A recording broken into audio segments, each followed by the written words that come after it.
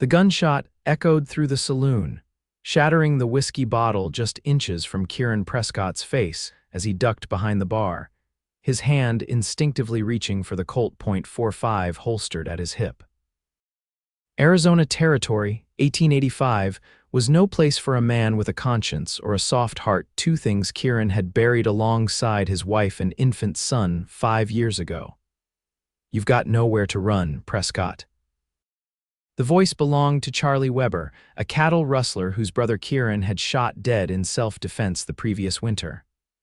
"I'm collecting what's owed." Kieran's fingers tightened around his pistol grip, the metal cool against his calloused palm. "Your brother drew first, Weber, we both know it. Now get out of my establishment before you join him." The saloon had cleared quickly when Weber burst through the bat wing doors, leaving only the bartender cowering in the corner and Kieran himself, owner of the Silver Spur, the most prosperous establishment in Apache Junction, Arizona. What had begun as a quiet evening was rapidly deteriorating into another bloodbath, something the town had seen far too much of in recent months. "My brother's dead because of you?" Another shot splintered the wood beside Kieran's head. With practiced precision, Kieran rose, fired once, and ducked back down. Weber's howl of pain told him he'd hit his mark, the man's shooting arm, not a killing shot.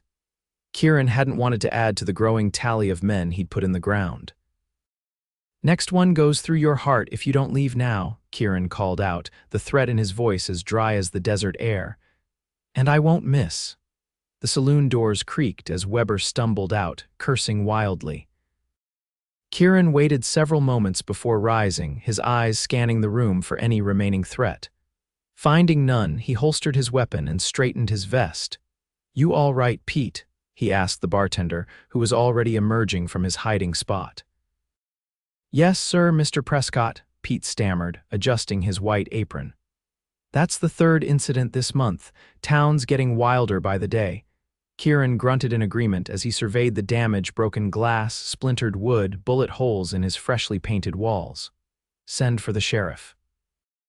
Tell him Charlie Weber's wounded and causing trouble again." He reached beneath the bar for a broom. "And fetch the carpenter tomorrow. We need those holes patched before nightfall." As Kieran swept up the shattered glass, he caught his reflection in a fragment hard eyes staring back at him from a face weathered by sun and hardship. At 33, he looked older than his years, the lines around his eyes etched deep, his once bright gaze now shadowed with memories he'd rather forget, memories of Sarah, memories of their son who never had a chance to grow up. Memories of the fever that had taken them both within days of each other, leaving Kieran alone in a world that seemed determined to strip away any goodness left in it. He'd bought the saloon afterward, turning his back on ranching and the home he'd built with Sarah. The Silver Spur became his fortress, a place where he could exist without feeling, where whiskey numbed the pain and poker games filled the endless hours. He'd developed a reputation as a fair but dangerous man, someone who didn't start fights, but certainly finished them. Kieran Prescott had become a legend of sorts in Apache Junction, the silent owner of the finest saloon in the territory, a deadly shot, and a man whose heart was said to be as hard and cold as the silver star he wore pinned to his vest, a reminder of his former life as a Texas Ranger. "Sir." Pete's voice pulled him from his thoughts. "Sheriff says he'll be by in the morning to take your statement, says Weber's been found at the doctor's office getting patched up." "Fine," Kieran replied curtly. "Lock up early tonight. I've had enough excitement for one evening." Pete nodded, hesitating before adding, "Also, there's talk of the stage bringing new folks tomorrow. Apparently, the doctor's finally getting some help, a nurse or something from back east." Kieran merely grunted in response. New people meant new problems, especially women who thought they could tame the West, or, worse, tame the men who inhabited it. He'd seen it before, Eastern women arriving with their fancy dresses and idealistic notions, only to flee back home when faced with the harsh realities of frontier life. "Tell everyone we'll open at noon tomorrow," Kieran said, heading toward the stairs that led to his private quarters above the saloon.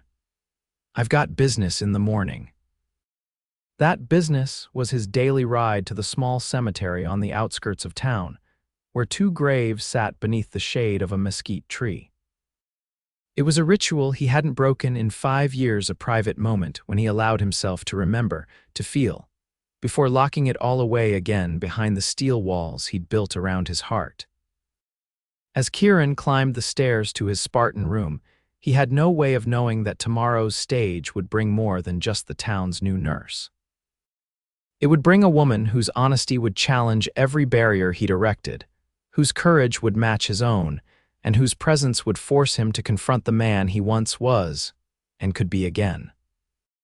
The morning sun streaked across the Arizona desert, casting long shadows as Kieran rode his chestnut stallion, Copper, through the quiet streets of Apache Junction.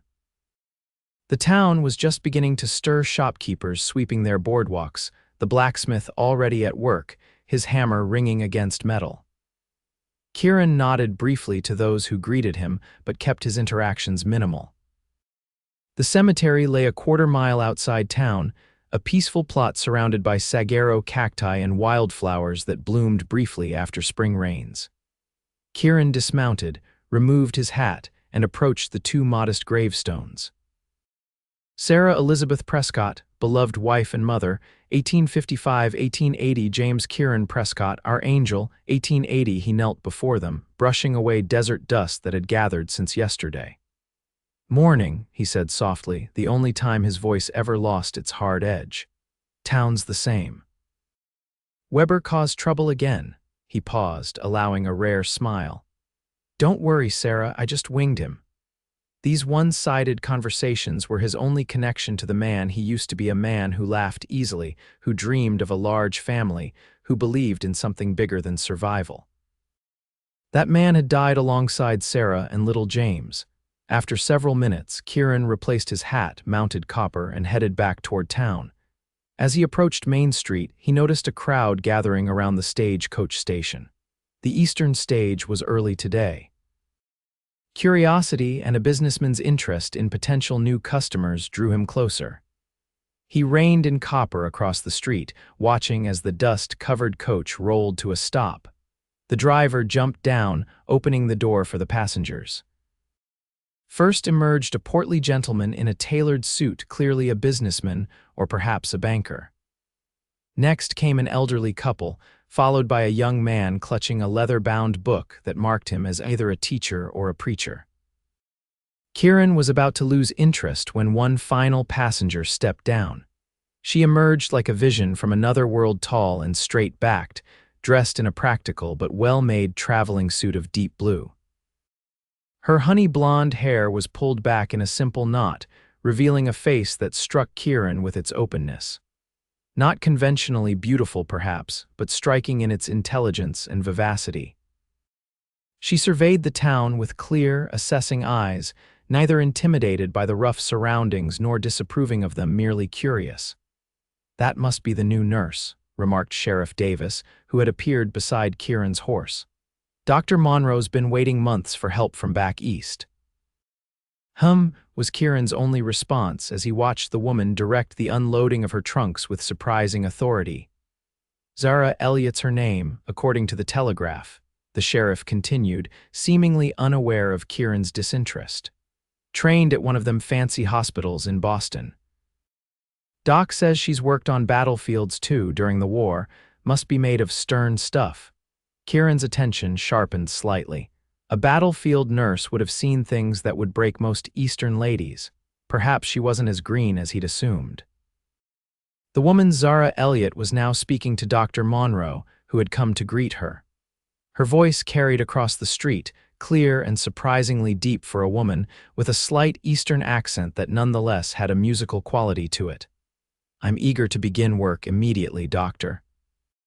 The journey was long but not particularly taxing. "Now, Miss Elliott, surely you'd like to rest first," the doctor replied. "Mrs. Wilkins has prepared a room for you at the boarding house." "I've rested quite enough on that coach," she responded with a smile that transformed her face. "I'd much prefer to see the clinic and familiarize myself with your procedures. Time enough for unpacking later." Kieran found himself oddly impressed by her practicality. Most new arrivals, especially women, were so overwhelmed by the journey that they needed days to recover. This one seemed ready to dive straight into work, Sheriff Davis chuckled. She might just last longer than the schoolteacher who fled after 2 weeks. We'll see, Kieran replied noncommittally, though he couldn't help but study her a moment longer. Just then, as if sensing his scrutiny, Zara Elliott looked up and across the street. Their eyes met briefly, her clear, direct gaze against his guarded one. Instead of looking away, as most people did when confronted with Kieran's cold stare, she held it steadily before giving him a small, polite nod of acknowledgement. Something unfamiliar stirred in Kieran's chest, a sensation he quickly suppressed as he tugged Copper's reins and continued toward the saloon. The new nurse was none of his concern, he told himself firmly. Apache Junction chewed up and spat out its share of Eastern do-gooders, and she'd likely be no different. Yet as he dismounted outside the Silver Spur, he found himself glancing back toward the stage-coach station, where Zara Elliott was now walking alongside Dr. Monroe, listening intently as he gestured toward the clinic down the street. "Just another fool with big dreams," Kieran muttered to himself as he pushed through the saloon doors. But something about the set of her shoulders and the clear purpose in her stride suggested otherwise. The afternoon brought the usual crowd to the Silver Spur ranchers coming in from the outlying properties, miners down from the hills, and the assortment of gamblers and drifters that populated any frontier town. Kieran moved among them with practiced ease, keeping a watchful eye on the poker tables where most of his profit was made. "Mr. Prescott," Pete called from behind the bar. "Doc Monroe's asking if you've got any whiskey to spare, says he's running low on medical supplies." Kieran nodded. The doctor often used whiskey as a disinfectant and anesthetic when proper medical supplies ran short. "Send over 2 bottles, put it on his tab." He returned to observing a high-stakes poker game when the saloon doors swung open, bringing with them a blast of late afternoon heat and an unexpected visitor. Zara Elliott stood in the entrance, her gaze sweeping the room before landing on Kieran. A hush fell over the nearest tables as she walked directly toward him, seemingly oblivious to the stares from the saloon's patrons.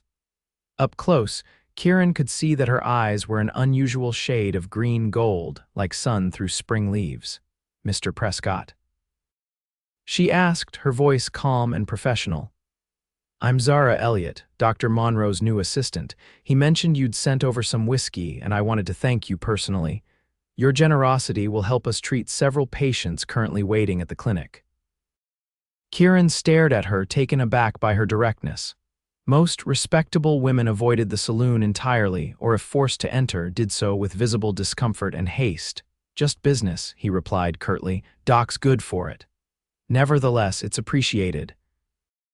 She glanced around the saloon with interest rather than judgment. "I understand you're something of an institution in Apache Junction, Mr. Prescott. The doctor speaks highly of you." "Does he now?" Kieran raised an eyebrow, uncomfortable with the conversation. "Well, Miss Elliott, if that's all, actually," she interrupted, lowering her voice slightly, "I had another purpose in coming here. Dr. Monroe mentioned you might have connections that could help us acquire more legitimate medical supplies. The clinic is woefully undersupplied." Kieran studied her more carefully. "What sort of connections do you imagine I have? The kind that come from being a former Texas Ranger and a businessman with regular contact to Tucson and beyond," she replied evenly. "I'm not asking for charity, Mr. Prescott. The clinic can pay fair prices. We simply need reliable transportation and someone who knows which suppliers won't send us useless or adulterated medicines." Her frankness was startling. Most people in town tiptoed around Kieran's past, never mentioning his previous life directly. "And the doctor sent you to ask this favor?" "On your first day in town," skepticism colored his tone. A slight smile curved her lips. "No, Dr. Monroe suggested I wait and build a relationship first, but I've found honesty saves time, Mr. Prescott. We have patients who need help now, not after I've spent weeks engaging in social niceties." Against his will, Kieran felt a flicker of respect, I might know someone in Tucson, he conceded. I'll send a telegram tomorrow. Thank you. She didn't gush with gratitude, merely acknowledged his help with a nod. If you have a moment tomorrow, perhaps you could stop by the clinic. I've made a list of our most urgent needs, and your input on what's realistically obtainable would be valuable. Before Kieran could respond, a commotion erupted at one of the poker tables.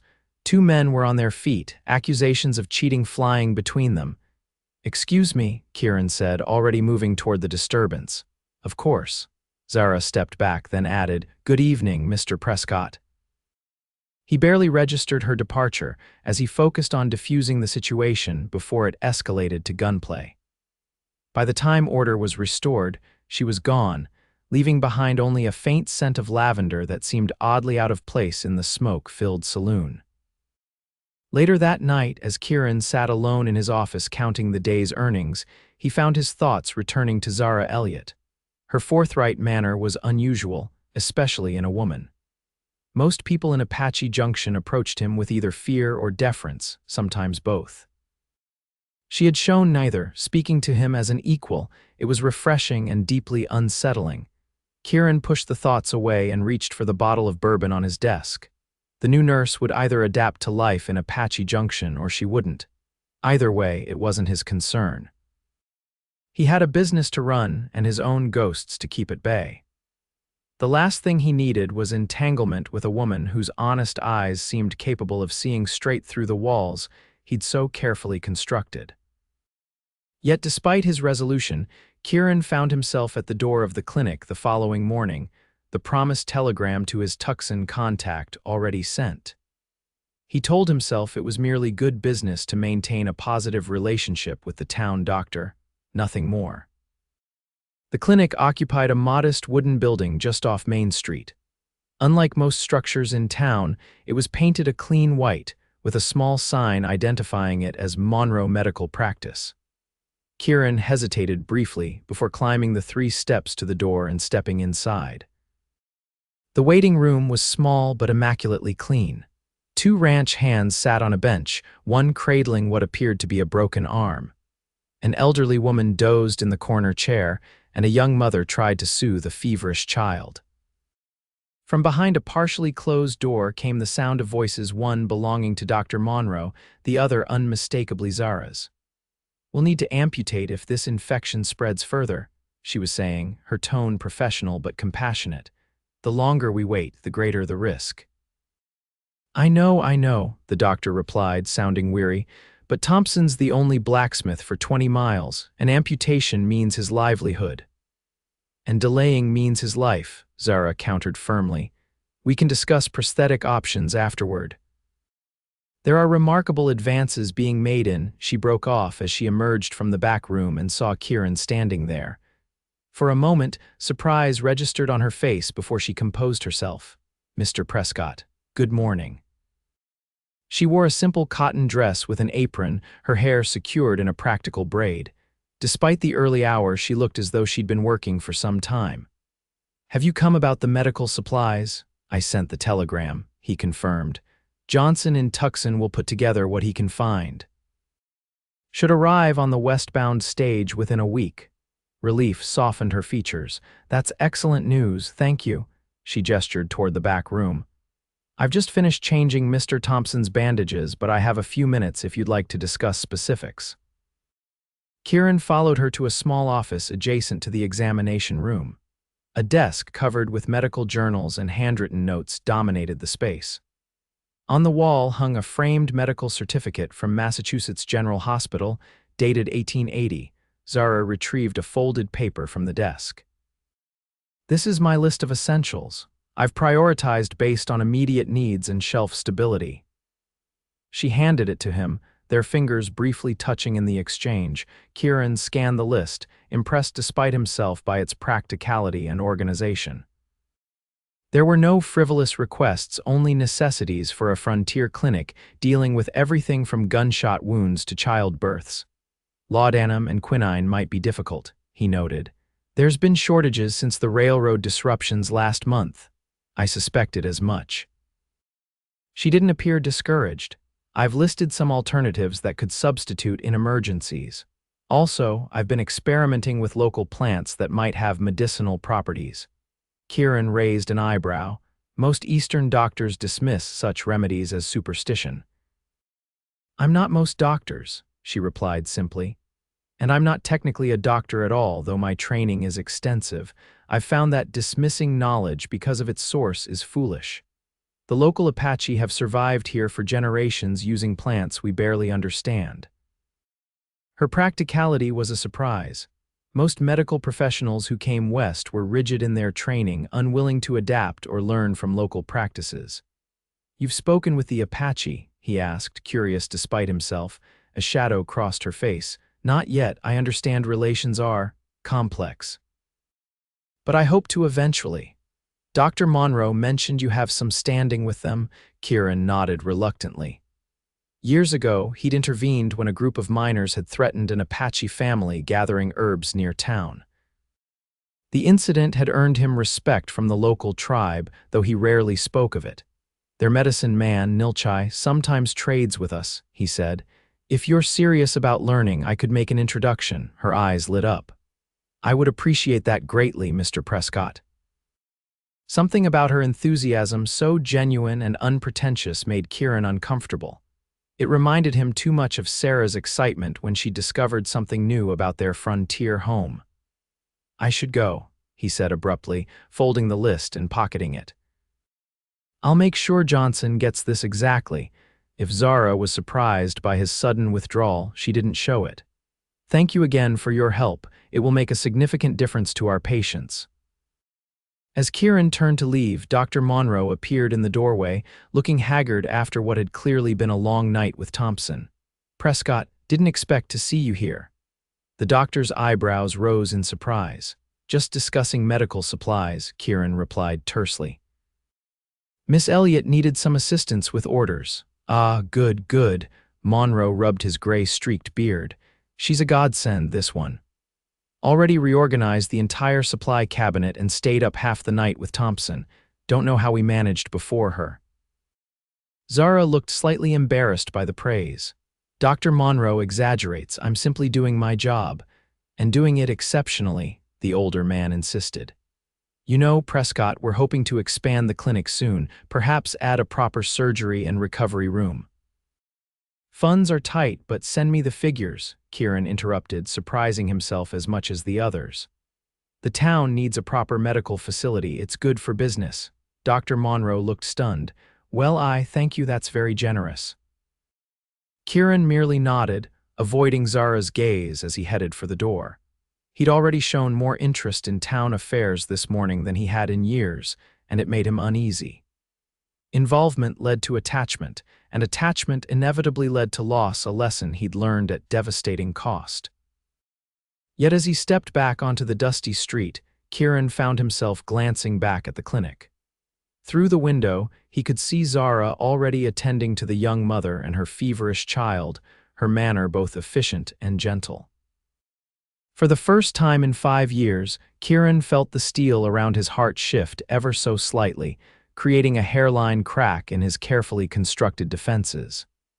It was a dangerous development, one he was determined to ignore.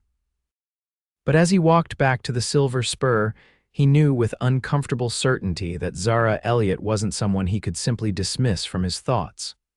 The following week brought unexpected challenges to Apache Junction. A mine collapse in the nearby hills resulted in 6 injured men being brought to Dr. Monroe's clinic, overwhelming the small facility. Kieran heard about the disaster from Pete, who had a brother working the mines. Doc and that new nurse have been working straight through since yesterday, Pete informed him as he wiped down the bar. 2 dead already, 4 more hanging on by a thread. Kieran frowned. The mining company that operated in the hills was notorious for cutting corners on safety. The support beams gave way. That's what they're saying. Company men are calling it an accident, but Jenkins told my brother they'd been complaining about the timbers being rotted for weeks. The news settled uncomfortably in Kieran's chest. During his ranger days, he'd investigated similar accidents where profit had been prioritized over human lives. Before he could reflect further, Sheriff Davis pushed through the saloon doors, looking grave. "Prescott, got a minute?" The sheriff nodded toward a quiet corner. Kieran followed, already suspecting what the conversation would entail. Davis was a decent lawman but easily intimidated by the wealthy mine owners who essentially controlled the town's economy. "Dr. Monroe's requesting emergency supplies," Davis said, keeping his voice low. "Says they're running dangerously short of everything: bandages, medicines, even basic necessities like clean water. The mining company claims they'll send aid, but their nearest supply depot is 2 days' ride." "And," Kieran prompted, knowing there was more. Davis sighed, removing his hat to run a hand through his thinning hair. "And the mine owner's son is in town, making it clear that any exaggerated reports about safety conditions would be unwelcome. He's already tried to prevent the doctor from documenting the injuries properly." A cold anger settled in Kieran's gut. "Is that so? Look, Prescott, I know that look. Whatever you're thinking, don't. The Blackburn Mining Company practically owns this territory. Cross them and they can make life mighty difficult." "They don't own me," Kieran stated flatly. "And they don't own Dr. Monroe's clinic." Before the sheriff could respond, Kieran strode to the back room and unlocked a large cabinet. Inside were emergency supplies he kept for the saloon: clean linens, alcohol, basic medical items. He began gathering them into a crate. "Pete," he called, "hitch up the wagon and bring it around back. Then get Mrs. Hollister from the hotel to gather all the clean sheets and towels she can spare." The bartender hurried to comply without question. Sheriff Davis watched with a mixture of admiration and concern. "You're putting yourself in their crosshairs, Kieran," he warned. "Wouldn't be the first time I've been shot at," Kieran replied dryly. "Tell the doctor to expect supplies within the hour." By the time Kieran arrived at the clinic, the situation had deteriorated further.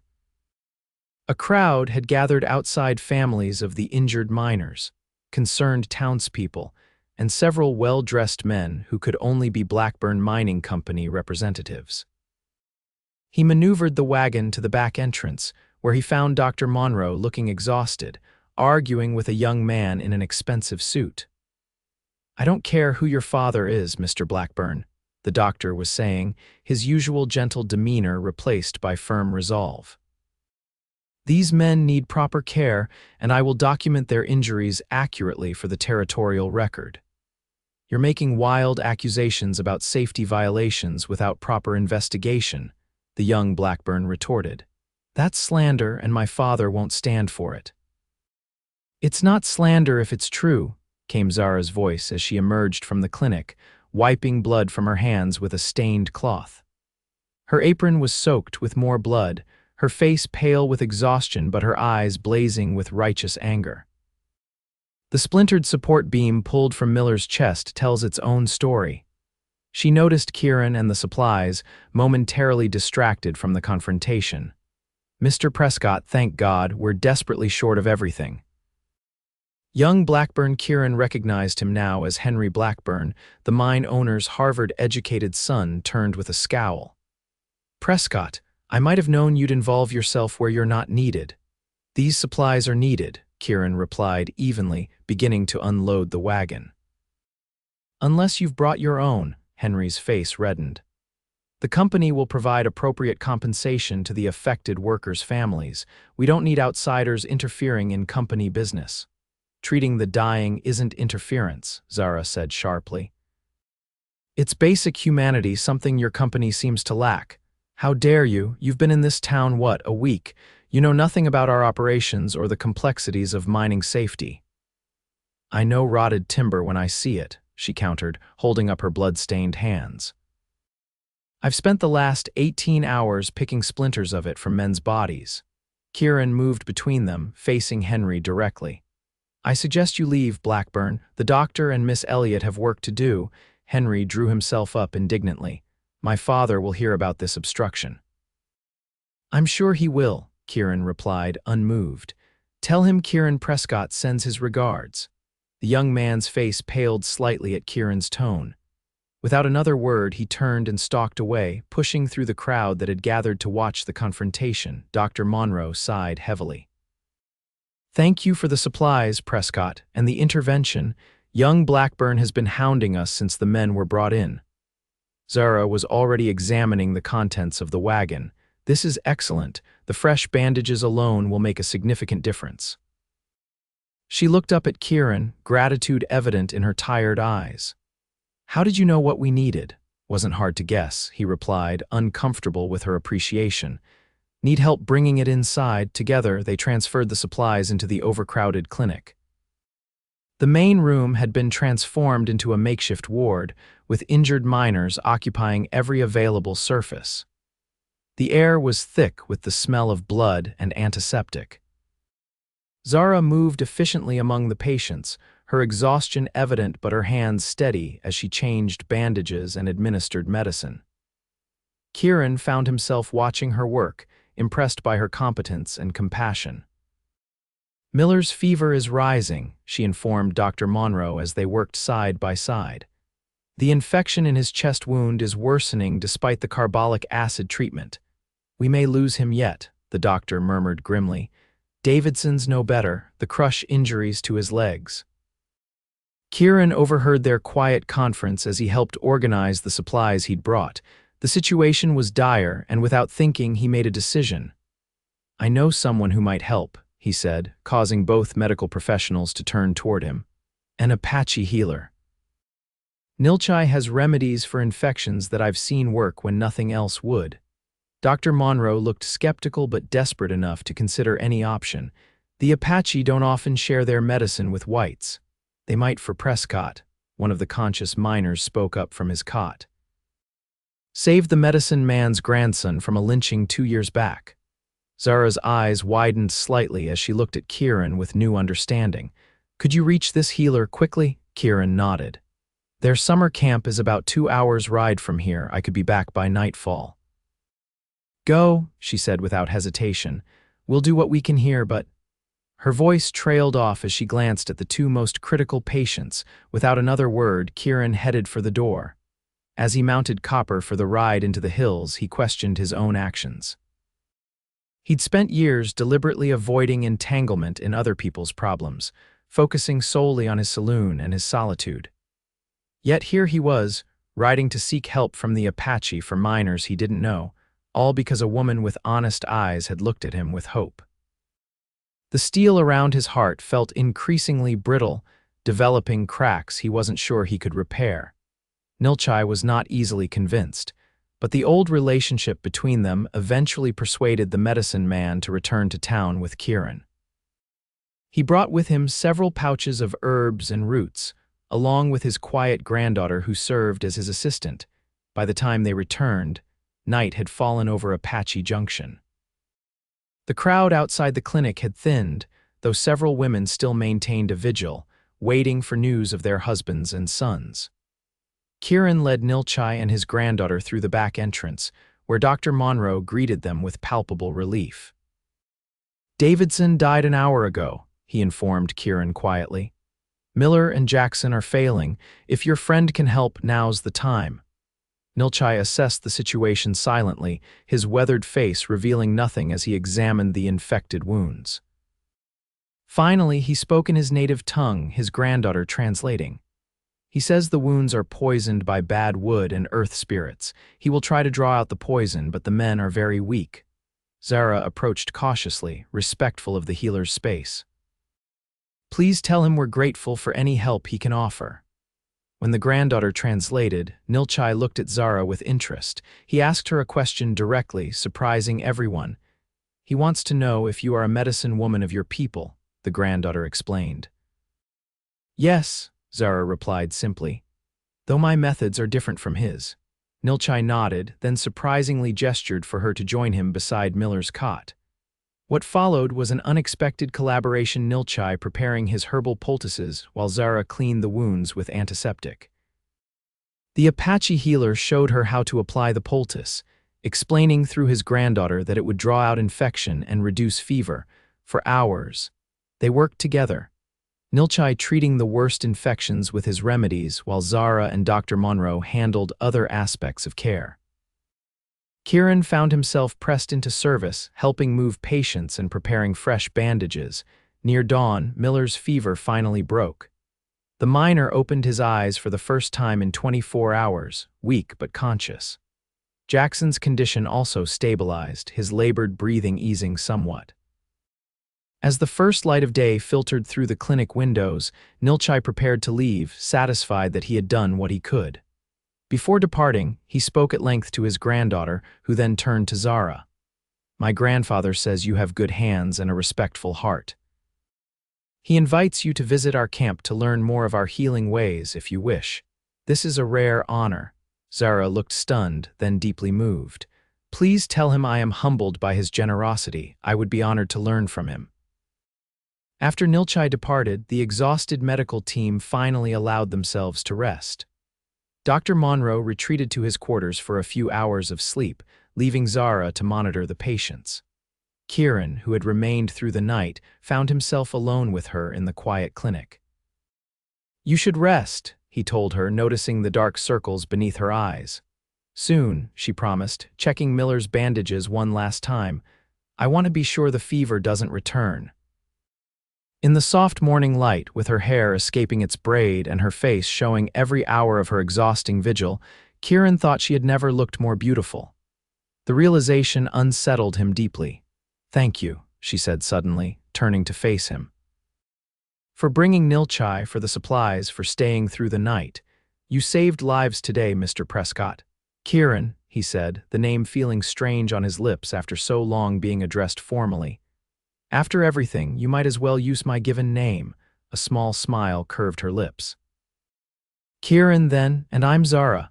The simple exchange of names felt unexpectedly intimate in the quiet room. "Why did you really come to Apache Junction, Zara?" he asked, the question emerging before he could reconsider. "Boston has the finest hospitals in the country. Why leave that for this?" He gestured around the modest clinic. She was quiet for a moment, considering her answer. "After the war, I worked in a prestigious hospital. Everything was sterile, orderly, perfect, and utterly suffocating." Her eyes met his directly. "I realized I was becoming like the doctors there, detached, seeing patients as interesting cases rather than people. When Dr. Monroe's request came through the medical society, seeking someone willing to work in Arizona territory, it felt like an opportunity to practice medicine the way I believed it should be practiced, where I was needed most." Her honesty was disarming, as always. "And now that you've seen what it's really like, the mining accidents, the violence, the primitive conditions. Now I know I made the right decision," she replied without hesitation. "Here I can make a difference. I can learn from people like Nilchai. I can be useful in ways that matter." Kieran studied her face, searching for any sign of pretense or naivety, finding none. Just that same clear-eyed honesty that had struck him from the first moment. "You're not what I expected," he admitted. "Neither are you," she countered with a small smile. "The fearsome saloon owner with a heart of stone who rides for hours to bring an Apache healer to save miners he doesn't even know." The observation cut too close to Kieran's carefully maintained image of himself. He stood abruptly. "You should get some rest. I need to check on the saloon." If Zara was disappointed by his sudden withdrawal, she didn't show it. "Of course. Thank you again, Kieran." As he stepped out into the morning light, Kieran felt the weight of her gaze on his back. The steel around his heart was developing more cracks than he could patch, and for the first time in 5 years, he wasn't sure he wanted to repair them. The mining accident changed things in Apache Junction. Word spread quickly about how the new nurse had stood up to young Blackburn and worked alongside an Apache healer to save the injured miners. Stories circulated about Kieran's role as well, how he'd provided supplies, brought Nilchai, and stayed through the night to help. Kieran found himself uncomfortable with the attention. He'd spent years cultivating a reputation as a hard, solitary figure, someone to respect but not approach. Now people were nodding to him in the street, offering thanks, treating him like a valued member of the community rather than a dangerous outsider. More unsettling were his own changing habits. He found himself making daily visits to the clinic, ostensibly to check on the recovering miners but increasingly to see Zara. Their conversations had expanded beyond medical supplies to books they'd read, places they'd seen, and gradually, more personal matters. He learned that she was 28, had lost both parents to influenza as a teenager, and had trained as a nurse during the war at just 16. She'd never married, devoting herself instead to her medical career, a choice that had made her something of an oddity in Boston society.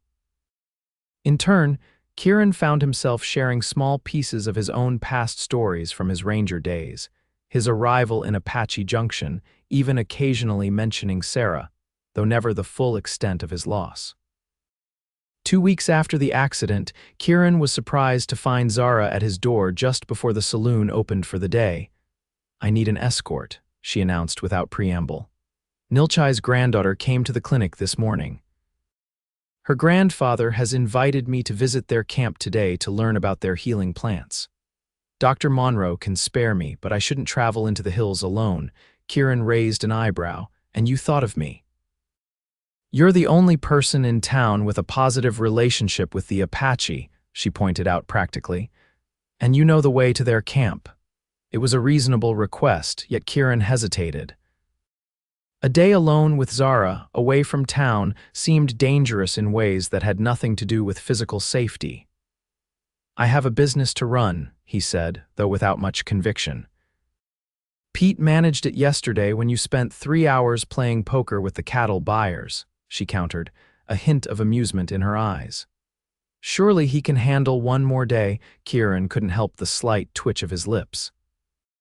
In the weeks since her arrival, Zara had developed a surprising awareness of his daily routines. "Give me 10 minutes," he conceded. The ride into the hills was pleasant despite the summer heat. Zara rode well, handling her borrowed mare with confidence that spoke of long experience.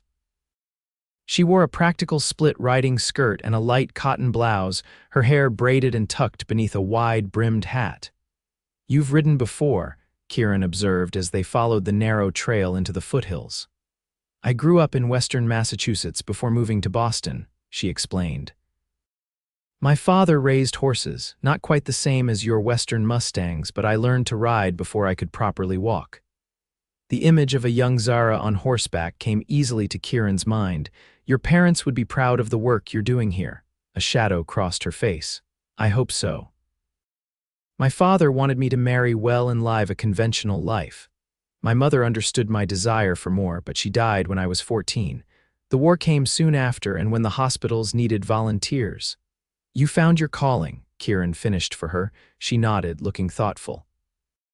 "It wasn't an easy path. Medical training isn't readily available to women, even now. I had to work twice as hard to be taken half as seriously. Yet here you are, respected by everyone from town miners to Apache healers." A smile brightened her face. "Here I am," she agreed, then added more softly. "And here you are, the man who supposedly keeps to himself, riding into Apache territory to help a new arrival learn about medicinal plants." Kieran didn't have a response for that, so he guided them around a bend in the trail, revealing a panoramic view of the valley below. Apache Junction was visible in the distance, a cluster of buildings shimmering in the heat. "It's beautiful," Zara breathed, reining in her horse to admire the vista. "Sarah said the same thing the first time we rode up here," Kieran said before he could stop himself. It was the first time he'd mentioned his wife by name to Zara. She turned to him with gentle curiosity.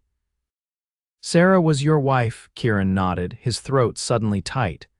"We homesteaded near here before Apache Junction was much more than a trading post. She loved these hills." Zara seemed to sense his reluctance to say more. Instead of pressing, she simply said she had good taste. "Thank you for sharing this view with me." Her quiet acceptance of what little he could offer loosened something in Kieran's chest. "She would have liked you," he found himself saying. She had no patience for pretense either. The moment hung between them, delicate and meaningful, before Kieran cleared his throat and nudged Copper forward. "We should keep moving. The Apache camp is another hour's ride." Nilchai welcomed them to the summer camp with grave courtesy. The collection of wickiups and open cooking fires was set in a protected valley with a clear stream running through it. Women worked at various tasks while children played nearby, some pausing to watch the white visitors with curious eyes. The medicine man had prepared for Zara's visit, laying out various plants and roots on a woven mat. Through his granddaughter's translation, he began explaining the properties of each, which reduced fever, which fought infection, which eased pain or promoted healing. Kieran sat slightly apart, watching as Zara absorbed each lesson with intense focus, asking thoughtful questions and taking notes in a small journal. Her respect for Nilchai's knowledge was evident, as was her genuine desire to learn. The Apache women gradually drew closer, initially suspicious but increasingly interested in the white woman who treated their medicine man as a respected teacher rather than a curiosity. By midday, several had joined the impromptu class, adding their own knowledge about preparing the remedies. When they paused to eat the simple meal offered by their hosts, Nilchai's granddaughter, Nasha, sat beside Kieran. "Your woman has a good spirit," she said in careful English. "Not afraid, not thinking she knows better." "She's not my woman," Kieran corrected automatically. Nasha gave him a knowing look. "The way you watch her says different." Before Kieran could respond, Nilchai called Nasha back to continue the lesson. The afternoon passed with Zara learning to prepare several remedies under the medicine man's guidance. She was given small pouches of dried plants to take back to the clinic, along with instructions for their use. As they prepared to leave, Nilchai spoke directly to Kieran in his native tongue, which Nasha translated with a small smile. "My grandfather says the hard shell around your heart is cracking like dry clay in the sun. He says this is good. Even the strongest tree must bend with the wind or it will break." Kieran's jaw tightened, uncomfortable with the old man's perception.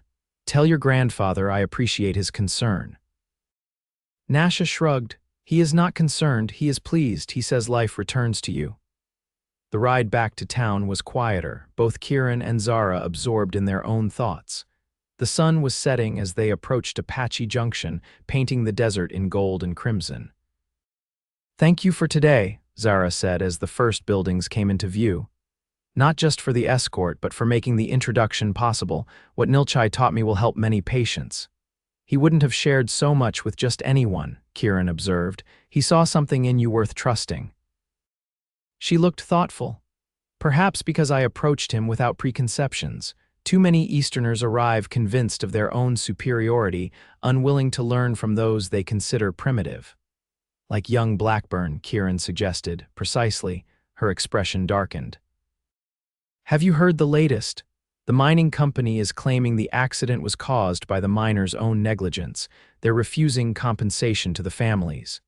Kieran wasn't surprised. That's how companies like Blackburn operate. They own the territorial judges, the politicians. "It's wrong," Zara said firmly. "Those men died because of rotted support beams. Those who survived will never work again. Their families deserve justice." Her passion stirred something in Kieran, a sense of justice he'd buried along with his ranger badge years ago. "Justice is in short supply out here," he said, more bitterly than he intended. Zara studied his face in the fading light. "Is that why you left the Rangers? Disillusionment with justice?" The question cut close to memories Kieran rarely allowed himself to examine. "Partly," he admitted. "Mostly it was Sarah. She wanted a quieter life away from the danger." The irony twisted in his gut. Turned out the fever didn't care that we'd chosen a peaceful path. They had reached the edge of town. Kieran expected Zara to express sympathy or platitudes about his loss, as most people did on the rare occasions he mentioned Sarah. Instead, she surprised him again. "What would she think of the man you've become?" Zara asked quietly. "The man who hides behind saloon walls and keeps the world at arm's length." The question landed like a physical blow. No one had dared ask him such a thing in 5 years. "She's not here to have an opinion," he replied coldly. Zara didn't flinch from his tone. "No, she's not, but you are." "Living half a life from what I can see." Anger flared in Kieran's chest. "You know nothing about my life." "I know loss doesn't have to define you," she countered, her own voice rising slightly. "I know that helping those miners, bringing Nilchai to the clinic, that was the real Kieran Prescott." Not the cold man who counts his poker profits and keeps everyone at a distance. They had stopped their horses at the edge of town, the confrontation happening in the gathering dusk. Kieran's hands tightened on his reins, fury and pain warring within him. You've been in town barely a month. Don't presume to know me or what I've lost. I don't presume to know the depth of your grief, she replied, her voice softening, but I recognize a man hiding from life when I see one. I've treated too many soldiers who came home from war that way, present in body but absent in spirit. This isn't a condition you can treat, Miss Elliott, Kieran said stiffly, reverting to formality. And I'm not one of your patients, her eyes flashed at that. No, you're not. My patients actually want to heal. With that parting shot, she nudged her horse forward, riding ahead of him into town. Kieran remained where he was for several minutes, his emotions in turmoil. How dare she judge him? How dare she see through the carefully constructed walls he'd built around himself? The worst part was that, beneath his anger, Kieran recognized the truth in her words. Sarah would indeed be disappointed in the man he'd become, isolated, bitter, going through the motions of living without truly engaging with life. And for the first time in 5 years, that realization hurt more than the memory of his loss. 2 days passed without Kieran seeing Zara. He threw himself into work at the saloon, staying up late and rising early, determined to push their conversation and her from his mind. But thoughts of her persisted, along with the uncomfortable truths she'd spoken. On the third morning, as Kieran was reviewing the saloon's accounts, Pete burst through the office door without knocking. Mr. Prescott, there's trouble. Sheriff's asking for you right away. Kieran was on his feet immediately, hand moving instinctively to his pistol. What's happened? It's Blackburn's men. They've come to arrest Doc Monroe and Miss Elliott, some trumped-up charge about interfering with company business. Sheriff's trying to hold them off, but there's 6 of them, all armed. Cold fury replaced Kieran's initial alarm. He checked his pistol, grabbed his rifle from the wall, and strode toward the door. Where are they? At the clinic. Doc refused to come peacefully, and Miss Elliott's barred the door. They've got patients inside. The clinic was only a short distance from the saloon, but by the time Kieran arrived, a crowd had gathered. Sheriff Davis stood on the clinic steps, facing down several armed men in Blackburn Mining Company uniforms. Henry Blackburn himself stood slightly apart, looking smug. This is a legal warrant, Dr. Monroe, the sheriff was saying, looking uncomfortable. Signed by Judge Wilson, I have to serve it. Your judge is in Blackburn's pocket. Monroe's voice came from inside the clinic. These charges are fabricated to silence us about the mining violations. Kieran pushed through the crowd, coming to stand beside the sheriff. What exactly are the charges, Davis? The sheriff jumped slightly, not having noticed Kieran's approach. Prescott, thank God, this is getting out of hand.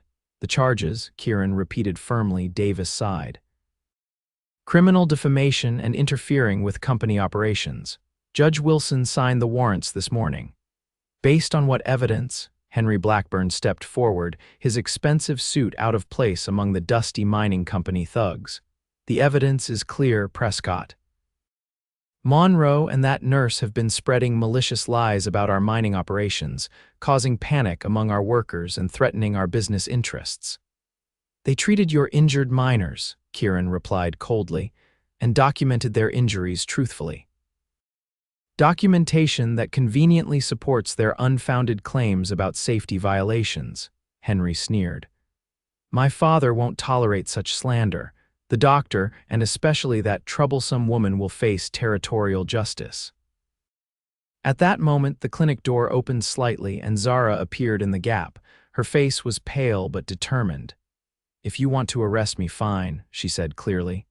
But Dr. Monroe stays with the patients. We have 3 critical cases who can't be left unattended. Both of you are named in the warrant, one of the mining company men growled, moving toward the door. Kieran stepped between them, his hand resting openly on his pistol. Touch that door and it'll be the last thing you do. The atmosphere instantly became more tense, the mining company men shifting their hands toward their own weapons. You're interfering with the law, Prescott, Henry warned. That's a dangerous position, even for a former ranger. This isn't law, Kieran replied evenly. It's intimidation. And I won't allow it in my town. Your town, Henry laughed. Apache Junction exists because of Blackburn mines. My father could close this place down with a word. Sheriff Davis looked increasingly nervous. Everyone needs to calm down. We can resolve this without bloodshed. Agreed, came a new voice from the edge of the crowd. Edward Blackburn, Henry's father and owner of the mining company, pushed his way forward. Unlike his son, the elder Blackburn was a rugged man who'd built his empire through ruthless determination rather than inherited privilege. Father. Henry looked surprised. I didn't expect you until tomorrow. Clearly, Edward replied dryly, assessing the situation with shrewd eyes. Sheriff, I'd like to see this warrant. Davis handed over the document, which Edward reviewed carefully before folding it and placing it in his pocket. It seems there's been a misunderstanding, he announced. These warrants were issued prematurely without my full approval. Henry looked stunned.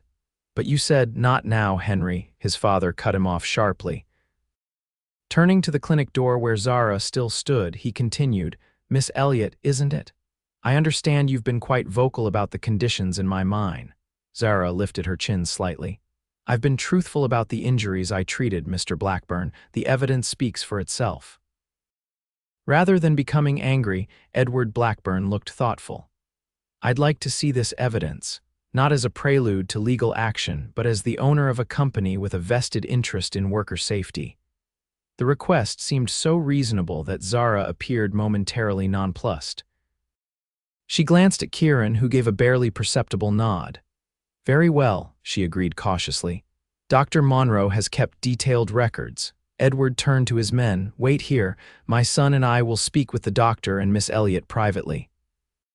The crowd murmured as the Blackburns entered the clinic, the door closing behind them. Kieran remained on the steps, unwilling to leave while the situation remained volatile. Sheriff Davis moved closer, speaking quietly. What do you think Blackburn's playing at? I don't know, Kieran admitted. But I don't trust him. Nearly an hour passed before the clinic door opened again. Edward Blackburn emerged first, followed by his son, who looked distinctly unhappy. Sheriff, Edward announced loudly enough for everyone to hear, there will be no arrests today.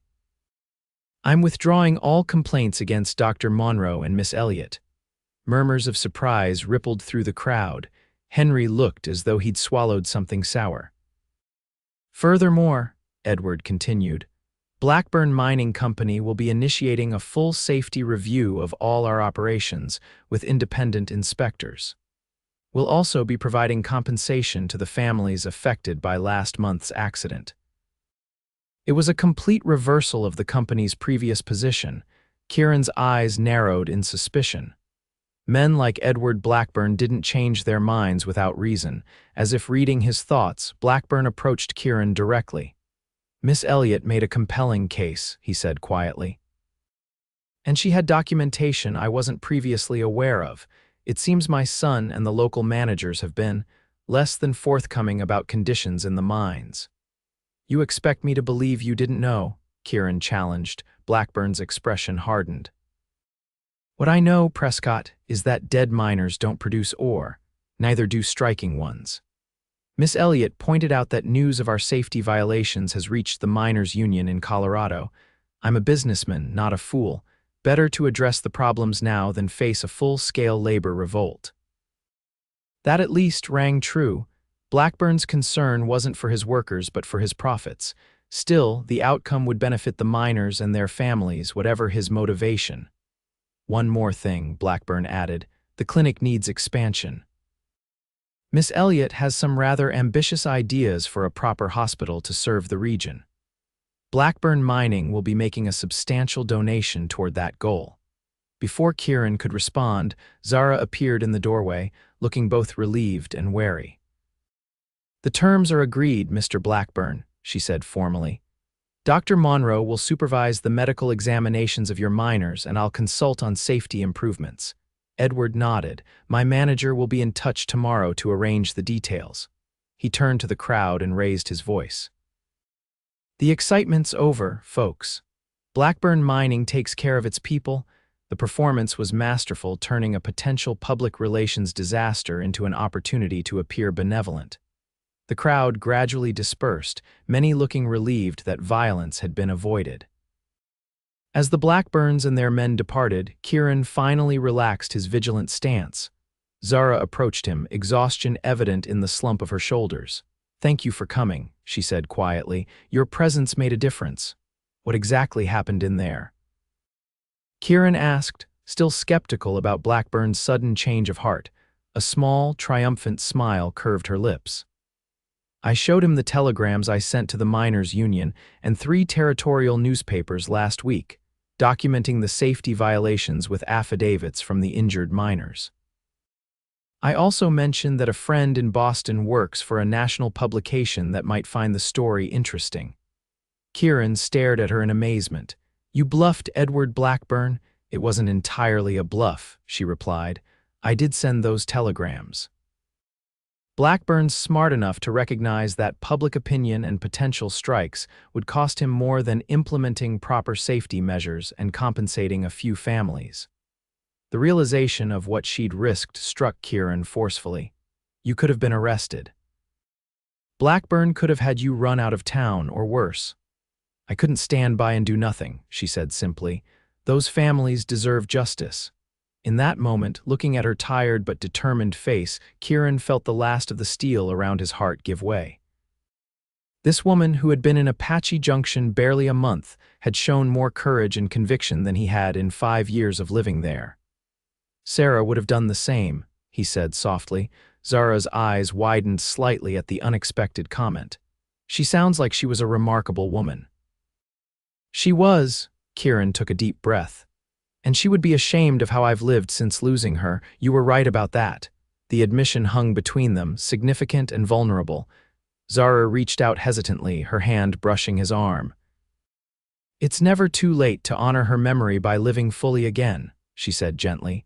Before Kieran could respond, Dr. Monroe called from inside the clinic, needing Zara's assistance with a patient.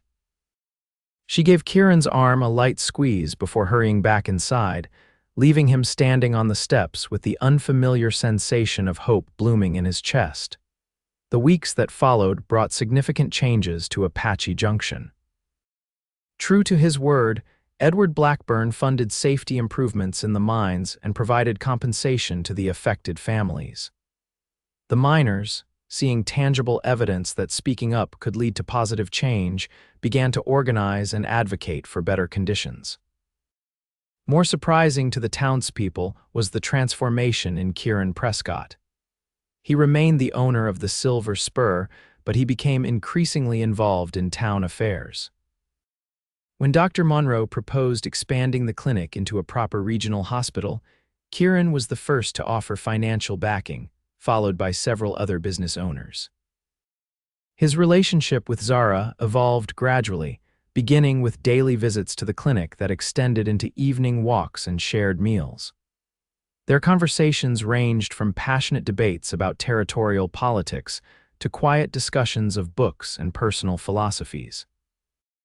Kieran found himself sharing more about Sarah and their life together, finding that speaking of her became easier rather than more painful with Zara's understanding presence. As autumn approached, bringing cooler temperatures to the desert, Kieran invited Zara to ride with him to a special place in the hills. They set out early, following a trail that wound higher into the mountains than their previous excursions. "Where exactly are we going?" Zara asked as they navigated a particularly steep section.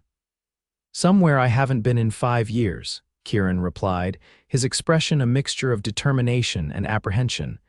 They rode for another hour before cresting a ridge that revealed a small valley nestled between protective hills. In the center stood the weathered remains of a homestead, a cabin with a partially collapsed roof, a stone chimney still standing defiantly, and the skeletal structure of what had once been a barn. Kieran halted Copper at the edge of the property, staring at the homestead with an unreadable expression. "This was yours," Zara said softly, understanding immediately. "Yours and Sarah's," he nodded, dismounting slowly. "We built it together, had grand plans for a horse ranch." Sarah designed the house herself, wanted big windows to catch the sunrise. He gestured toward the eastern-facing wall of the cabin, where empty window frames gaped like hollow eyes. Zara dismounted as well, standing beside him without touching, giving him space to process the emotions that clearly warred within him. After she died, Kieran continued, his voice rough, I couldn't bear to stay, couldn't bear to leave either, so I just locked it up and walked away. Never sold the land, never came back. Until today, Zara observed quietly. Until today, he agreed. They approached the cabin slowly, Kieran pausing occasionally as memories assaulted him, the porch where they'd sat watching sunsets, the oak tree where he'd hung a swing for their son. The well Sarah had insisted on lining with river stones to make it pretty. Inside, the cabin was a time capsule of abandoned life. Dust covered everything and desert animals had made homes in the corners, but much remained as they'd left it: dishes on shelves, a rocking chair by the cold hearth, a handmade quilt folded over the back of a settee. Kieran moved through the space like a man in a dream, touching objects gently, remembering. Zara remained respectfully quiet, understanding the significance of what he was sharing with her. In what had clearly been the bedroom, Kieran stopped before a small trunk. After a moment's hesitation, he knelt and opened it, revealing carefully packed baby clothes and tiny shoes. We were so happy when James was born, he said, his voice barely above a whisper. Had his whole life planned out, he'd learn to ride as soon as he could walk. Learn ranching from me, reading from Sarah, he had her eyes. His voice broke then, and Zara knelt beside him, finally placing a gentle hand on his shoulder. To her surprise, Kieran turned toward her, allowing her to fold him into an embrace as 5 years of carefully contained grief broke free. She held him silently, her own eyes damp with tears for his loss. Eventually, his breathing steadied. He drew back slightly but didn't fully leave her embrace. I've been so angry, he admitted. At God, at fate, at myself for not somehow preventing it. I thought if I shut everything away, the memories, the feelings, all of it, I could function, could exist at least. And you did, Zara said softly. You survived a devastating loss. There's strength in that. But it wasn't living, Kieran replied, his eyes meeting hers with new clarity.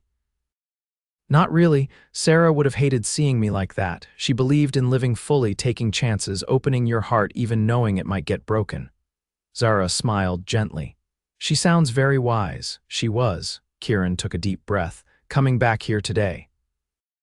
I thought it would break me all over again. Instead, it feels like I'm finally honoring her properly. By remembering the joy we had, not just the loss.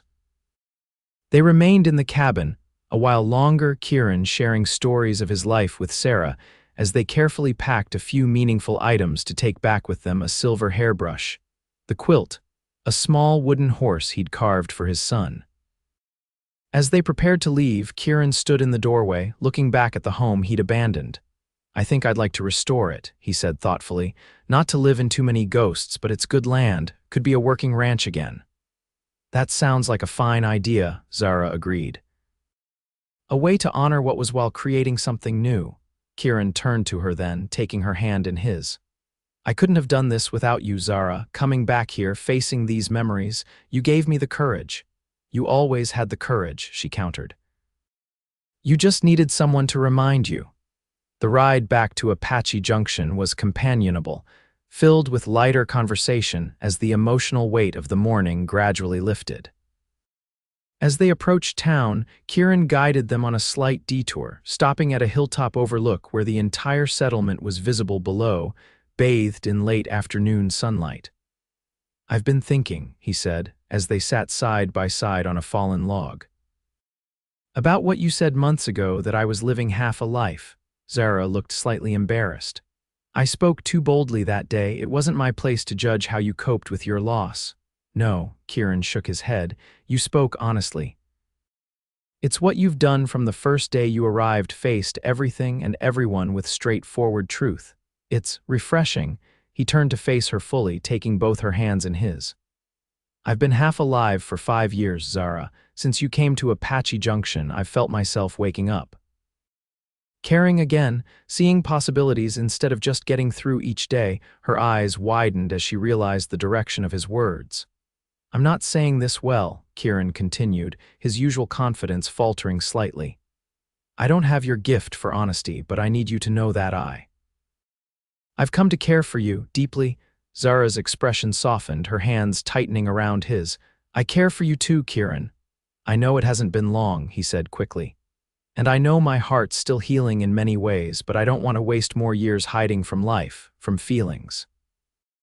He took a deep breath. "I'm asking if you might consider, if we might explore what's growing between us." A luminous smile spread across Zara's face. "I'd like that very much," she said simply. Relief and joy washed over Kieran's features. Slowly, giving her every opportunity to pull away, he leaned forward and pressed his lips to hers in a gentle, questioning kiss. Zara responded with equal tenderness, her hand rising to rest against his cheek. When they parted, something new and fragile hung in the air between them, a promise, a beginning. "I never expected this when I came to Apache Junction," Zara confessed. "I was focused entirely on my work, on making a difference." "And you have," Kieran assured her. "You've changed this town in just a few months." The hospital project standing up to Blackburn, bringing modern medicine alongside Nilchai's traditional remedies. "And finding a stubborn saloon keeper with a heart worth knowing," she added with a smile. Kieran laughed, the sound startling them both with its openness. "I thought I'd guarded that heart pretty well." "You did," Zara replied, her expression growing more serious. "But I've always believed that honesty eventually finds its way through even the strongest barriers. And there's strength in vulnerability, Kieran, in allowing yourself to feel again, despite the risks." As the sun began to set, painting the desert in gold and purple, they rode back to town together. Their return journey marked not just a physical passage, but a symbolic one, Kieran emerging from the prison of his grief. Zara finding a connection she hadn't known she was seeking, both of them facing an uncertain but hopeful future together. The winter of 1885 brought changes to Apache Junction that few could have anticipated. The expanded clinic, now well on its way to becoming the regional hospital Zara had envisioned, served an ever-growing population as news of quality medical care spread throughout the territory. Nilchai and other Apache healers occasionally visited, creating an unprecedented collaboration between traditional and Western medicine that drew attention from as far away as San Francisco. Kieran continued running the Silver Spur, but with significant changes. He banned unlimited liquor for minors just off shift, established a reading room with newspapers and books from back east, and offered fair loans to those looking to establish legitimate businesses in town. The saloon remained profitable, but became known as much for its community gathering space as for its card games and whiskey. Most noticeable to the townspeople, however, was the transformation in Kieran himself. The hard edges that had defined him for years softened. He smiled more easily, involved himself in town meetings, and could frequently be seen walking with Zara in the evenings, their heads bent close in conversation. Their courtship progressed with deliberate care, both aware of the significance of what they were building together.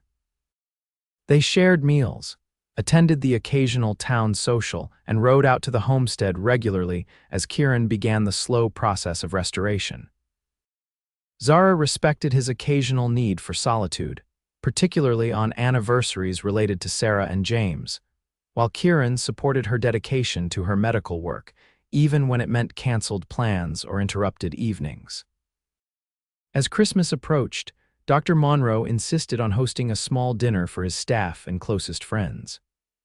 The doctor's modest home was decorated with pine boughs and candles, creating a festive atmosphere despite the lack of snow that characterized Eastern holidays. "To our remarkable nurse," Monroe proposed a toast, raising his glass to Zara, "who has transformed not only our medical practice but our entire community in less than a year." "Here, here," agreed Sheriff Davis, who had become a staunch ally after the confrontation with Blackburn. Zara blushed slightly, uncomfortable with the attention. "I merely did my job. It's all of you who embraced change and made it possible." Kieran, seated beside her, covered her hand with his. "You're too modest. Accept the compliment for once." She gave him a mock, severe look. "I'll consider it." The evening progressed pleasantly, with good food and better conversation. As the gathering began to disperse, Dr. Monroe pulled Kieran aside. "A word, if I may." Kieran followed him into a small study, where the doctor poured 2 fingers of whiskey into glasses and handed one to Kieran. "I've received an offer from the Territorial Medical Board," Monroe said without preamble. "They want me to take a position in Tucson, overseeing the development of medical standards for the entire Arizona territory." Kieran's brow furrowed. "You're leaving Apache Junction," the doctor nodded. "At my age, the opportunity to shape territorial medicine is too significant to decline, but I'm concerned about the clinic, and about Zara." "She's more than capable of running things," Kieran pointed out. "Medically, yes, but politically. Apache Junction still has powerful men who resent taking direction from a woman, no matter how qualified, without my position to shield her." The doctor looked troubled. "I've suggested she consider coming to Tucson with me, where the medical community is more established." Kieran felt a cold weight settle in his stomach. "What did she say?" "That she needs time to consider all her options." Monroe studied Kieran carefully. "I believe her decision may depend largely on what other reasons she has to remain in Apache Junction." The implication was clear. Kieran took a slow sip of his whiskey, his mind racing. He and Zara had built something precious over the past months, but they hadn't spoken explicitly of long-term futures. "When will you leave?" he asked finally. "After the new year. The board needs my answer by then, as does Zara." Kieran nodded thoughtfully. "I appreciate your telling me." "She's special, Prescott," Monroe said, his tone serious. "The kind of person who changes lives wherever she goes. I've watched her bring you back to life these past months. Don't let fear make your decisions for you." As they rejoined the others, Kieran found himself watching Zara with new intensity. She was laughing at something Sheriff Davis had said, her face animated, her presence filling the room. The thought of Apache Junction of his life without her was suddenly unbearable. Later, as they walked back toward the boarding house where Zara still maintained a room, snowflakes began to fall, a rare occurrence in the desert. "Look," Zara exclaimed with childlike delight, tilting her face up to the sky. "A white Christmas, after all." Kieran smiled at her enthusiasm. "It won't stick, but it's pretty while it lasts." They stopped in the middle of the deserted street, watching as the delicate flakes danced in the glow of the gas lamps. Zara's cheeks were flushed with cold and happiness, snowflakes catching in her eyelashes and hair. "Monroe told me about Tucson," Kieran said quietly, her smile faded slightly. "Ah, I was going to tell you tomorrow. I wanted tonight to just be tonight."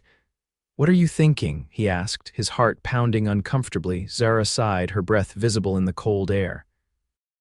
"I'm thinking that 6 months ago, the decision would have been simple. The opportunity to work with the Territorial Medical Board is significant. In Tucson, I could help establish standards that would improve care throughout Arizona." "And now," Kieran prompted when she paused. She turned to face him fully. "Now, nothing seems simple. I've built something here: professional relationships, trust with the community, connections with the Apache healers, and then there's us." The vulnerability in her voice gave Kieran courage. "I don't want you to go," he admitted. "The thought of Apache Junction without you, it's like thinking of going back into darkness after finally seeing light." Zara's eyes widened at his uncharacteristically poetic words. "But I would never ask you to sacrifice your professional opportunities for me," he continued earnestly. "I know how important your work is." "It is important," she agreed, "but so are you, so is what we've found together." She reached for his hand. "I've been alone most of my adult life, Kieran, focused entirely on my career, on helping others. For the first time, I'm considering what I want for myself as well." Snow continued to fall around them, creating a private world in the middle of the quiet street. Kieran took both her hands in his decision crystallizing with sudden clarity. "Marry me," he said simply. Zara's lips parted in surprise. "What? Marry me?" Kieran repeated, more confident now. "Stay in Apache Junction. We'll run the hospital together, you providing the medical expertise, me handling the business aspects. We'll continue working with Nilchai, expanding care to the surrounding areas. And we'll build a life together day by day. Kieran, she breathed, her expression a mixture of joy and concern. Are you certain this isn't just because of Monroe's news? He shook his head. I've known for weeks that I wanted to ask you. I was waiting for the right moment, wanting everything to be perfect. But I realize now that with you, every moment has the potential for perfection, even standing in the middle of a snowy street after a Christmas dinner. Tears glistened in Zara's eyes, reflecting the lamplight. I never expected to find you, she whispered. I came here to practice medicine, not to fall in love. Is that a yes? Kieran asked, his heart in his throat. She laughed, a sound of pure happiness. Yes, yes, I'll marry you, Kieran Prescott. He gathered her into his arms, lifting her off her feet in an exuberant embrace before setting her down and kissing her thoroughly, heedless of the few passers-by who smiled at the public display. When they finally broke apart, both breathless and smiling, Kieran pressed his forehead to hers. I don't have a ring yet, he admitted. I don't need one, she assured him. Just you, honest and whole. As they continued their walk through the gently falling snow, making plans and sharing dreams, Kieran marveled at the journey that had brought him here. From the darkest depths of grief to this moment of profound joy, it had been Zara's unflinching honesty that had finally penetrated the steel around his heart, allowing him to feel again, to live again. The following spring, Apache Junction witnessed a wedding unlike any in its brief history. The entire town seemed to participate in one way or another. The hotel provided accommodations for guests from as far away as Boston and San Francisco. The ladies' auxiliary decorated the newly completed hospital chapel with desert wildflowers.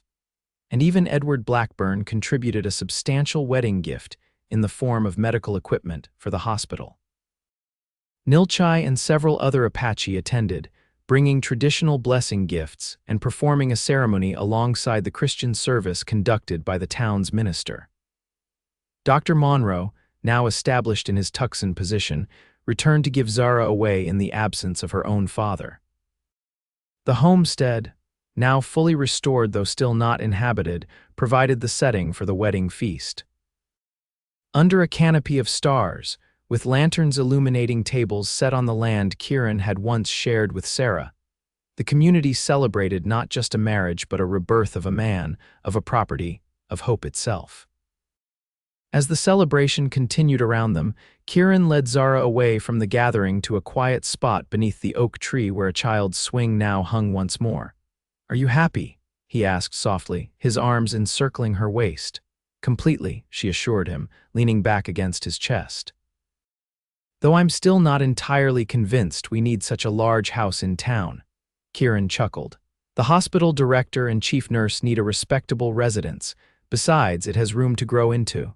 Zara turned in his arms, her expression softening. You mean for children? If you want them, he said carefully, knowing they had discussed this topic with particular sensitivity given his past. I do, she replied without hesitation. Not immediately, we have the hospital to establish properly first, but yes, I want a family with you, Kieran. The simple declaration filled him with a joy he had once thought forever beyond his reach. Sarah would be pleased, he said softly. She always said a home needs children's laughter to be complete. Zara touched his cheek gently. She'll always be part of our story, Kieran. I would never wish to change that. I know, he replied, covering her hand with his own. That's one of the countless reasons I love you, your honesty, your acceptance, your strength.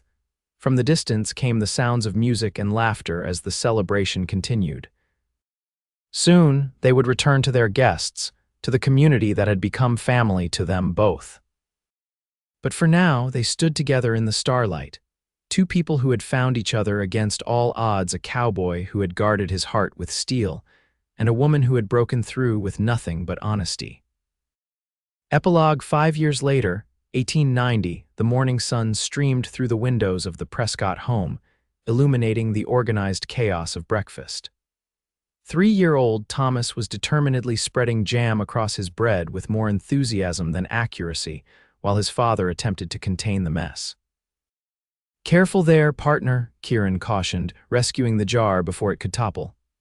Your mama won't appreciate jam on her medical journals. Sorry, Papa, Thomas replied cheerfully, entirely unrepentant as he licked sticky fingers. At the stove, Zara smiled at the exchange while balancing 7-month-old Sarah on her hip, the baby contentedly gumming a wooden teething ring. He takes after his father, determined to do things his own way. I believe that's your influence, Mrs. Prescott, Kieran countered with a grin. Their home, a handsome 2-story house adjacent to the Apache Junction Regional Hospital, had become the heart of their busy lives. Zara continued to serve as the hospital's chief nurse and midwife, while Kieran divided his time between managing the business aspects of the hospital and overseeing the Silver Spur, which had evolved into a respectable establishment under Pete's day-to-day management. The homestead had been transformed as well, not into their primary residence as originally planned, but into a working ranch that provided employment for several families and served as a weekend retreat for the Prescotts. Kieran had found peace there, finally able to honor Sarah's memory without being consumed by grief. As Zara placed breakfast on the table, a knock came at the door. Kieran rose to answer it, returning moments later with Sheriff Davis, who removed his hat respectfully. Morning, Mrs. Prescott. Sorry to interrupt your breakfast, but there's a situation that needs attention. Zara immediately shifted into professional mode. An accident? Not exactly. The stagecoach arrived with a family heading to California, woman's about to deliver from the looks of her. Driver brought them straight to the hospital, but they're asking for you specifically. Apparently your reputation has spread. Kieran was already retrieving Zara's medical bag from its place by the door. I'll handle things here, he assured her, taking baby Sarah from her arms. Take as long as you need. Zara quickly kissed both children, then Kieran. I shouldn't be long. First babies usually take their time. As she hurried out with the sheriff, Thomas looked up at his father. Mama is going to help a new baby. That's right, Kieran confirmed, settling baby Sarah more comfortably in his arms. That's what your mama does, helps people when they need it most. Thomas nodded sagely, as though this explained everything about the world. And you help mama. The simple observation made Kieran smile. We help each other. That's what love is, son. Later that evening, with both children finally asleep, Kieran sat on the porch swing waiting for Zara's return. The hospital was visible from their home, lights still glowing in several windows despite the late hour. When Zara finally appeared, walking slowly up the path, Kieran could tell by her expression that all had gone well. Exhaustion lined her face, but satisfaction shone in her eyes as she joined him on the swing. A healthy boy, she reported, leaning against his shoulder as his arm came around her. Mother came through beautifully. They're naming him David after his grandfather. Another successful delivery for Apache Junction's finest, Kieran said proudly, pressing a kiss to her temple. They're staying a few days to rest before continuing to California. The father asked about property values here. Apparently, our little town has developed quite a reputation as a good place to raise a family. Kieran chuckled. Who would have thought, 5 years ago, Apache Junction was barely more than a stopping point between more civilized places. 5 years ago, you were a grim-faced saloon keeper who terrified half the town, Zara reminded him with a teasing smile. And I was a determined Eastern nurse with no idea what I was getting myself into. Do you ever regret it? Kieran asked, suddenly serious. Not going to Tucson with Monroe. You could have had a distinguished career in the territorial medical establishment. Zara sat up to look at him directly. Not for a single moment, she assured him. What we've built here, the hospital, our family, our life together, it's beyond anything I could have imagined for myself. Besides, she added with a smile, I'm still invited to lecture at the Territorial Medical College twice a year. I haven't entirely abandoned the wider world. Kieran pulled her close again, gratitude washing over him for this remarkable woman who had brought him back to life. I love you, Zara. More each day? And I love you, she replied simply, her honesty as direct and refreshing as the day they met. Steel heart and all. As they sat together in the quiet evening, watching the stars emerge above their town, Kieran reflected on the journey that had brought them here. From the depths of grief to the heights of joy, it had been Zara's unwavering honesty that had finally penetrated his defenses, teaching him that a heart once broken could not only heal but grow stronger in the mended places. And in Apache Junction, the town they had helped transform, their story became something of a legend, how the cowboy who guarded his heart with steel found salvation in the arms of a woman who offered nothing but honesty, and how together they built a legacy of healing that extended far beyond medicine alone.